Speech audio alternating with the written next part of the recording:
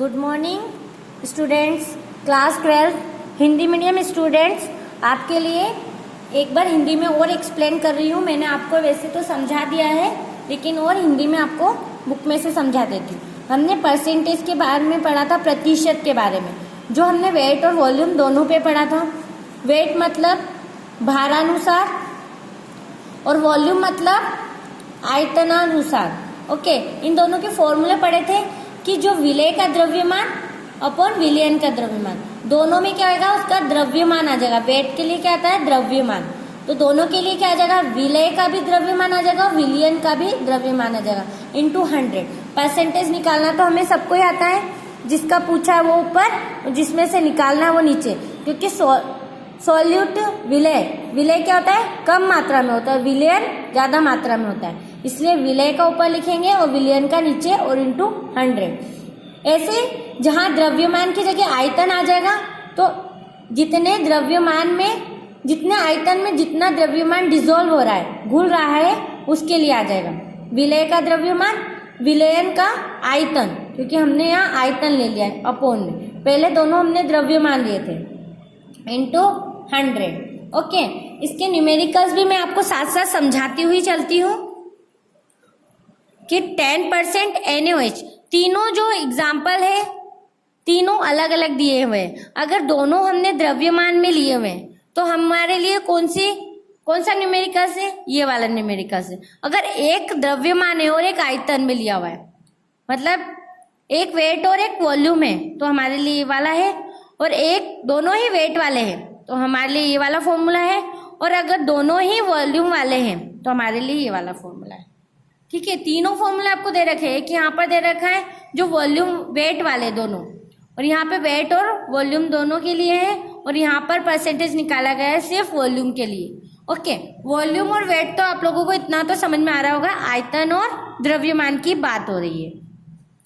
First में हमको दे दिया है परसेंटेज, दे दिया 10% परसेंटेज दे दिया है, और 200 ग्राम क्या दे दिया, विलयन दे दिया है। सॉल्वेंट की बात कर दी यहाँ पर, लेकिन हमको निकालना क्या है, सोल्यूट निकालना है। परसेंट में आ जाएगा 10%, इसका निकालना है हमें इंटू 100, और विलयन कितना दे रखा है, 200 ग्राम, तो हमने इसको सॉल्व कर लिया, तो ये सिंपली आ गया।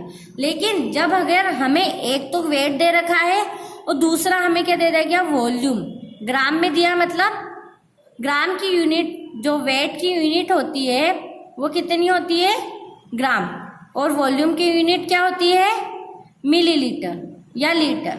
ग्राम और किलोग्राम किसकी होती है, वेट की होती है, वॉल्यूम की कितनी होती है, मिलीलीटर होती है। ओके, यहाँ ग्राम में भी दे रखा, मिलीलीटर में दे रखा, मतलब वेट और वॉल्यूम दोनों की बात हुई, तो दोनों वाला फॉर्मूला है।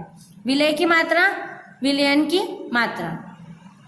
ओके, विलेय की मात्रा दे रखी 40 ग्राम, विलयन की कितनी दे रखी, 1000, यहाँ रखा, इसका परसेंटेज निकाल लिया। ऐसे नेक्स्ट जो है ना, वहां पे दोनों मिलीलीटर है, देख सकते हो आप, इनकी यूनिट से आप पहचान सकते हो कि कौन से फॉर्मूले की बात कर रहे हैं। यहाँ पे भी मिलीलीटर, यहाँ पे भी मिलीलीटर, तो मतलब दोनों में कौन सा फॉर्मूला आ जाएगा, विलेय वाला, ये वाला आयतन वाला फॉर्मूला आ जाएगा, वॉल्यूम वाला फॉर्मूला। तो यहाँ पे हमने आयतन वाला फॉर्मूला लगा दिया, वॉल्यूम वाला, जिसमें मिलीलीटर कितना दे रखा है, 30 मिलीलीटर क्या दे रखी है हमें, विलेय की मात्रा दे रखी है, और 300 मिलीलीटर। अब यहाँ पे 300 क्यों आया, हमको तो 270 ही जल की मात्रा दे रखी है, वाटर की मात्रा कितनी दे रखी है मिलीलीटर में, 270, लेकिन हम यहाँ पे 300 लिख रहे हैं। क्यों, क्योंकि हमने जब एथिल अल्कोहल को वाटर में मिक्स कर दिया तो वो तो वाटर में मिक्स हो ही चुका है ना, तो पूरा 270 से उससे बढ़कर कितना हो गया, 30, तो पूरा हो गया 300 मिलीलीटर। तो हमने यहाँ पे 300 मिलीलीटर कर दिया, और उसको हमने फॉर्मूले में रख के पुट कर दिया। तो यहाँ हमारा वॉल्यूम के लिए भी हम निकाल सकते हैं, ओनली वॉल्यूम के लिए ये वाला फॉर्मूला, ओनली वेट के लिए ये वाला फॉर्मूला, और वेट और वॉल्यूम दोनों के लिए ये वाला फॉर्मूला। नेक्स्ट हम पढ़ेंगे मोलरता के बारे में। मोलरता क्या होती है, मोलरता मैंने आपको बताया था, यहाँ पे हिंदी में बता देते, किसी विलयन के 1 लीटर आयतन में उपस्थित विलेय के मोलों का अथवा ग्राम अणुओं की संख्या मोलरता कहलाती है। विलयन मतलब सॉल्वेंट, 1 लीटर, अब यहाँ पे लीटर की बात हुई, मतलब वॉल्यूम की बात हो रही है। ओके, 1 लीटर सॉल्यूशन में जब हम जितने विलय के मोल मिला रहे हैं, कितने मोल मिला रहे हैं हम, कितने विलय मिला रहे हैं हम, सोल्यूट मिला रहे हैं सॉल्वेंट के अंदर, विलयन के अंदर विलय मिला रहे हैं, उनकी जो संख्या है वो क्या कहलाती है? मोलरता। मोलरता को हम रिप्रेजेंट करते हैं कैपिटल एम से। विलय की मोल संख्या, विलय मतलब सॉल्यूट की मोल संख्या। जो कम मात्रा में होते हैं उनको कहाँ रखेंगे हम? ऊपर। ये चीज आप याद रखना, जो लेस क्वांटिटी में होते हैं वो कहाँ आते हैं? ऊपर आते हैं। और अपोन में क्या आते हैं? जो मोर क्वांटिटी में होते हैं, ज्यादा क्वांटिटी में होते हैं वो कहाँ? नीचे रखते हैं। ऐसे ही हमको सारे फॉर्मूले बनाने, विलय की मोल संख्या और विलयन की लीटर में अंतर, वॉल्यूम की बात हो गई। अब हमको मोल संख्या निकालते कैसे? ओके, मैं आपको यहाँ पे मोल संख्या निकालना बताती हूँ। मोलर मास क्या निकालते हैं अपन? उसका पहले मास ले लेते हैं। मास मतलब वेट, सॉरी वेट के बारे में पढ़ा, वेट, और उसका मोलिकुलर वेट। वेट कैसे? अगर मान लो हमें NaCl दे दिया, सोडियम क्लोराइड, ओके, अब हमको ये दे दिया है मोल कि 4 ग्राम ऑफ NaCl लिया है, उसका हमको मोलिकुलर मोल दे दिया है कि हमको डिसॉल्व करा है 1 लीटर ऑफ सॉल्यूशन में। तो इसका मोल की मोल मास क्या लिखेंगे? मोलिकुलर मास क्या लिखेंगे? तो उसके लिए क्या रखेंगे? इसका मास जो क्या दे रखा है? 4 ग्राम दे रखा है। 4 ग्राम कहाँ आ जाएगा? ऊपर आ जाएगा। और नीचे क्या आ जाएगा? इसका मोलिकुलर वेट। मोलिकुलर वेट कैसे निकालते हैं? देखो, सोडियम का मोलिकुलर वेट निकालने के लिए हम करेंगे कि इसका मोलिकुलर वेट कितना होता है? सोडियम का, ओनली सोडियम का कितना होता है? 23 होता है सोडियम का। क्लोरीन का होता है 35.5। तो टोटल कितना हो गया? काउंट करेंगे इसका 58.5। ये क्या हो गया? इसका मोलिकुलर वेट। तो यहाँ पे क्या आ जाएगा? 58.5। तो ऐसे हमको वहां पे फाइंड करना है। तो यहाँ पे देख सकते हो, मोल संख्या निकालने के लिए क्या करते हैं? विलय की मात्रा, मतलब जो हमने W लिखा वो, अपॉन विलय का अणुभार, मोलिकुलर मास। अणुभार मीन्स मोलिकुलर मास, लीटर में जो हमारा चल रहा था। यहाँ पे लिख दिया। मात्रा के लिए वेट की बात करी मैंने, W से रिप्रेजेंट करते हैं 1000, और MW मीन्स इसका अणुभार, मोलिकुलर वेट इंटू V। अब यहाँ पे 1000 क्यों लगाया है? 1000 इसलिए लगाया है क्योंकि यहाँ पे हम लीटर में बात करेंगे तो यहाँ 1000 नहीं आएगा, लेकिन अगर वॉल्यूम मिलीलीटर में हो जाता है तो यहाँ हमको 1000 लगाना पड़ेगा। यहाँ आपको दिया हुआ है विलियन मिलीलीटर में है, इसलिए हमने यहाँ पे क्या लगा दिया? 1000 लगा दिया है। विलय की मात्रा इसकी हम पढ़ लेते हैं न्यूमेरिकल्स। यहाँ पे दे रखा 5.85 ग्राम NaCl दिया है, जिसको 200 मिलीलीटर विलयन में घोला गया है। इसकी क्या निकालनी है? मोलरता निकालनी है। तो हमको पता है इसका फॉर्मूला, यहाँ फॉर्मूला रखा हमने। यहाँ पे बुक में मिस्टेक है, 1000 है, ओके। तो हमारे पास वेट कितना दे रखा है? 5.85 ग्राम, क्योंकि कम मात्रा में है ये, और ये ज्यादा मात्रा में, वो मिलीलीटर की बात हो रही, वॉल्यूम मिलीलीटर में होता है, तो ये नीचे आएगा 200। यहाँ ग्राम आ गया, यहाँ 1000 है, और यहाँ मोलिकुलर वेट। अभी मैंने आपको NaCl का मोलिकुलर वेट निकालना सिखाया था, अणुभार। अणुभार यहाँ पे रख दिया, इनको काटा पिटी करा तो 1/2 आ गया। तो इस तरह से हम निकाल सकते हैं मोलरता। अब आती है मोलरता। मोलरता क्या होती है? किसी विलयन में 1000 ग्राम विलायक में विलय के मोलों अथवा ग्राम अणुओं की संख्या मोलरता कहलाती है। वहां पे क्या था? एक वॉल्यूम था और एक वेट था, ग्राम और फिर मिलीलीटर की बात हो रही थी, तो क्या होती? मोलरता। लेकिन यहाँ पे ग्राम में, कितने ग्राम में हम विलय को डिसॉल्व कर रहे हैं, मतलब मोल भी क्या है? ग्राम में, और जो विलय भी क्या है? ग्राम में, और विलयन भी क्या है? ग्राम में। मोलरता विलय की मोल संख्या सिमिलरली इनटू 1000, विलायक की ग्राम में मात्रा। वहां पे कितनी थी? मिलीलीटर में मात्रा थी, यहाँ पे क्या आ गई? ग्राम में। वेट की बात हो गई। सिमिलरली हम इसको मोल संख्या निकालने के लिए वेट अपॉन मोलिकुलर वेट, मात्रा अपॉन अणुभार, इससे डिवाइड करेंगे। ग्राम में मात्रा अपॉन 1000। यहाँ पे क्या हो गई? किलो ग्राम में मात्रा हो गई। अगर किलोग्राम में मात्रा होती है तब हम क्या करते हैं?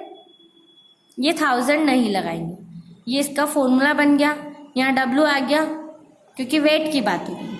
ओके, क्योंकि यहाँ पे ग्राम मतलब वेट। ओके, ग्राम के लिए आ गया। अब इसकी भी अब न्यूमेरिकल्स देखते चलते साथ में। 500 ग्राम जल दे दिया, 5 ग्राम NaOH में घुला हुआ है। विलयन की मोललता ज्ञात करनी, मोललता को फॉर्मूला। अब मोललता को रिप्रेजेंट करते हैं स्मॉल m से और मोलरता को रिप्रेजेंट करते हैं कैपिटल M से। ओके, ये चीज आपको याद रखने की है। W क्या दे रखा है? 4 ग्राम, इसका वेट, और कैपिटल W। अब यहाँ स्मॉल w कैपिटल W कैसे? यहाँ सोल्यूट की बात हो रही है। सोल्यूट मतलब लेस क्वांटिटी, मतलब छोटे w से इसको रिप्रेजेंट किया गया। और कैपिटल W इसलिए रिप्रेजेंट किया गया है क्योंकि ज्यादा सोल्वेंट की बात हो रही, ज्यादा मात्रा वाले की बात हो रही, इसलिए यहाँ पे कैपिटल W से रिप्रेजेंट किया गया है। यहाँ पे इसका मोलिकुलर वेट 40 होता है NaOH का, आप निकाल सकते हो। आपने सीख रखा है क्लास 11 10th में भी पढ़ते आ रहे हो मोलिकुलर वेट निकालना, अणु भार निकालना। यहाँ फॉर्मूले में पुट करके इसको सॉल्व कर लिया।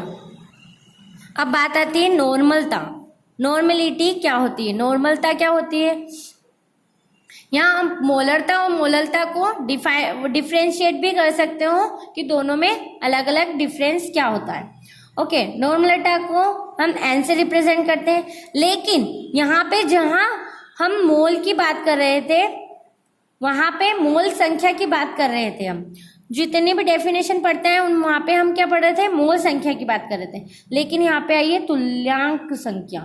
तुल्यांक संख्या क्या होती है मैं आपको बताती हूँ। विलियन में लीटर में डिसोल्व होती है, जो जितने भी विलय की तुल्यांक संख्या रहती है वो विलियन के लीटर में डिसोल्व होती है, उसको ही बोलते हैं नॉर्मलता।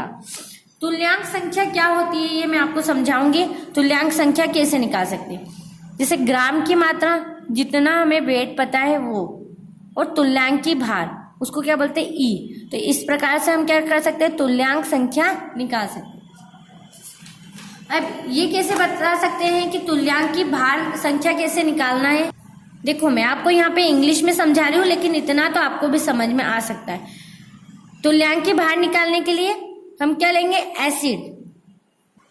तुल्यांक की संख्या ऐसे निकाल सकते हैं, जैसे कि यहाँ पे तो हम मोलिकुलर वेट लेंगे ही लेंगे, नीचे क्या आना चाहिए? अब तीनों के लिए अलग होती है, अम्ल, क्षार और सॉल्ट, नमक।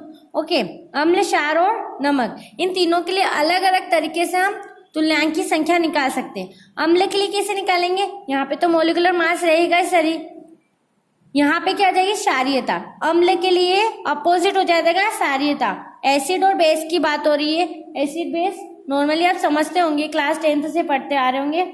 एसिड के लिए बात होगी तो क्षार, बेसिसिटी शो करेगा। जैसे यहाँ पे मैं एग्जांपल ले लेती हूँ, HCl। HCl क्या होता है? अम्ल होता है, एसिड होता है। तो ये कितने H+ आयन रिमूव करेगा वो यहाँ पे क्या आ जाएगा? क्षारीय में आ जाएगा। ये कितना H+ आयन रिमूव करेगा? एक ही H, तो H कितना रिमूव करेगा? एक H+ आयन रिमूव करेगा। तो यहाँ पे कितनी आ जाएगी? 1 आ जाएगी। सॉरी, यहाँ पे कितनी आ जाएगी? 1 आ जाएगी। ऐसे क्षार के लिए होगा, बेस के लिए होगा कि यहाँ पे तो मोलिकुलर मास रहेगा, लेकिन यहाँ क्षार बेस की बात हो रही है, तो नीचे क्या शो करेगा? अम्लीयता। जैसे यहाँ पे ले लिया NaOH एग्जाम्पल में, क्या ले लिया? NaOH, sodium hydroxide. तो क्षार में हम पढ़ते हैं कि OH- आयन रिमूव करता है। ओके, अम्ल में पढ़ते हैं H+ आयन रिमूव करता है। तो जितने H+ आयन रिमूव करेगा वो नीचे आ जाएगा। यहाँ पे जितने OH- आयन रिमूव करेंगे वो कहाँ आ जाएंगे? अम्लीयता में आ जाएंगे। तो ये कितने OH- रिमूव कर रहा है? एक ही रिमूव कर रहा है, तो ये क्या आ जाएगा? 1 आ जाएगा। NaOH का मोलिकुलर वेट कितना होता है? 40 और अपॉन 1, तो तुल्यांक की भार कितना हो गया इसका? 40 हो गया NaOH का। ऐसे HCl का क्या होता है? हाइड्रोक्लोरिक एसिड, 36.5 अपॉन 1, तो इसका तुल्यांक की भार कितना हो गया? HCl का तुल्यांक की भार कितना हो गया? 36.1 हो गया। ऐसे सॉल्ट के बारे में बात कर ले, सॉल्ट मतलब NaCl। यहाँ पे तो मोलिकुलर वेट रहेगा ही, NaCl का मोलिकुलर वेट आ जाएगा। अणु भार, M मतलब अणु भार के बारे में बात हो रही है। सोडियम का कितना होता है? 23 + 35.5, 58.5, तो ये इसका मोलिकुलर वेट होता है। और यहाँ पे सॉल्ट में क्या करेंगे, यहाँ अम्लीयता रखेंगे कि क्षारीयता, यहाँ पे रखेंगे जितने भी पॉजिटिव आयन मॉलिक्यूल्स में से रिमूव होंगे वो यहाँ पर आ जाएंगे। जैसे इनको अगर तोड़ते हैं तो कितना पॉजिटिव आयन आएगा, एक ही Na+, एक ही आयन आएगा। तो यहाँ पे क्या लिख सकते हैं अपन 58.5/1। जितने भी आए, अगर 2 आते हैं तो यहाँ पे 2 रखना और डिवाइड करना, 3 आते हैं तो 3 रख के डिवाइड करना। ये ऐसे हम निकालते हैं तुल्यांक की भार। तो यहाँ पे तुल्यांक की भार निकालने के लिए W/E, ग्राम की मात्रा जो हमने देख ली और तुल्यांक की भार यहाँ पे फॉर्मूले में पुट कर देंगे। W ये तुल्यांक की भार के लिए यहाँ पे लग दिया W/E, 1000 रखने पड़ेंगे, और V मतलब लीटर के लिए बात हुई है इसके लिए, E मतलब तुल्यांक की भार होता है, और ये मिलीलीटर में है इसलिए यहाँ पे 1000 का मल्टीप्लाई होगा। अगर लीटर में हुआ तो ये 1000 नहीं दिखेगा। इसका एग्जाम्पल यहाँ समझ सकते हो आप, उदाहरण NaOH के 1 लीटर विलयन में 5 ग्राम NaOH घुला हुआ है। कितने, 5 ग्राम NaOH की बात हो रही है, तो विलयन की नॉर्मलता बतानी है। NW × 1000 E × V, 5 ग्राम क्या हो गया, ये हो गया। इसका इक्विवेलेंट वेट कितना हो जाएगा 40, क्योंकि अभी मैंने आपको बताया है NaOH क्या है, बेस है। इसका मैंने बताया था तुल्यांक की भार निकाला था, मोलिकुलर वेट अपॉन 1 ही पे एसिडिटी जा रहा था, तो इसको डिवाइड करके 40। तो यहाँ पे देखो इक्विवेलेंट वेट कितना दे रखा है 40, 1000 1/8। इस प्रकार से हम नॉर्मलिटी निकाल सकते हैं। अब आता है मोल फ्रैक्शन, मोल प्रभाज या मोल अंश। मोल अंश की बात हो रही है, किसी विलयन में विलय या विलयन के मोलों की संख्या का अनुपात मोल प्रभाज कहलाता है। जैसे कि यहाँ पे हम देख सकते हैं कि हम अगर विलय के लिए मोल प्रभाज निकाले तो वो अलग निकाल सकते हैं, और विलायक के लिए निकाले तो वो भी अलग निकाल सकते हैं। विलय और विलायक दोनों के लिए, सोल्यूट और सॉल्वेंट दोनों के लिए हम मोल प्रभाज अलग अलग निकाल सकते हैं, मोल की संख्या अलग अलग निकाल सकते हैं। कैसे, विलय के लिए निकाल रहे हैं तो यहाँ पे विलय अपॉन विलय और विलायक का जो दोनों जोड़ सकते हैं, जो दोनों को जोड़े हैं, विलय और विलायक को टोटल करके उससे डिवाइड करना है।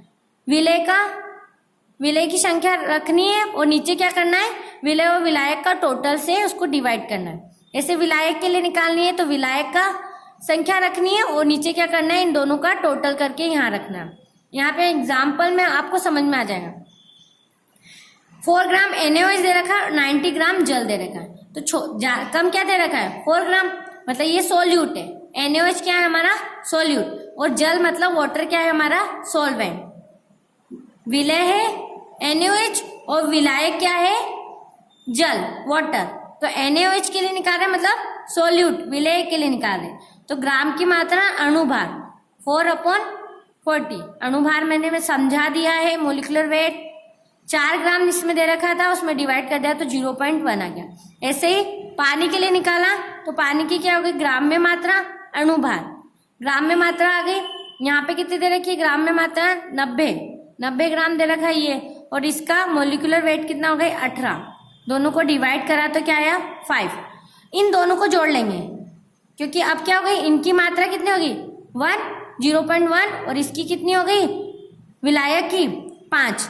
तो विलय और विलायक की मात्रा जोड़ देंगे तो कितने हो गए, ये टोटल आ गई। अब क्या करेंगे, इसके अंदर इसका टोटल डिवाइड कर देंगे और इसके अंदर इसका टोटल डिवाइड कर देंगे। देख सकते हो आप, इसके अंदर ये हमने फॉर्मूला देखा ना, ये टोटल इसके ग्राम है, और नीचे क्या करना है, दोनों का प्लस जोड़ना है, N+ और N2 हमने जोड़ दिया तो 5.1। अब डिवाइड कर देंगे। ऐसे ही सॉल्वेंट के लिए निकाल लिया, विलायक के लिए निकाल लिया, तो ये आ गए आंसर। इस तरह से आप निकाल सकते हो मोल प्रभाज। एक और चीज पढ़ लेते हैं, ppm पार्ट्स पर मिलियन। किसी विलयन के 10 लाख भाग में विलय के भागों की संख्या विलय की ppm की सांद्रता कहलाती है। क्या होते हैं, विलय कम क्वांटिटी में होते हैं, लेकिन उसके एक एक कण की जो मात्रा हमको फाइंड करनी है उसके बारे में हम यहाँ डिस्कस कर रहे हैं। उसको हम डिवाइड करते हैं 10⁶ से। नॉर्मली जो विलय की बहुत से छोटी मात्रा को अगर वाटर में डिसॉल्व करते हैं तो वो कितनी 10⁶ से उसको मल्टीप्लाई करना है। ppm विलेय का द्रव्यमान और विलयन का द्रव्यमान दोनों ग्राम में आ गया, और 10⁶ से इसको डिवाइड करना है। ओके, तो आपको यहाँ पे मैंने ये कंसंट्रेशन के बारे में डिस्कस कर चुके हैं। अब हम पढ़ेंगे नेक्स्ट वीडियो में सोल्युबिलिटी के बारे में, कि द्रवों में गैसों की विलेयता कैसी होती है, जो सोल्युबिलिटी होती है वो गैस और लिक्विड की कैसी होती है।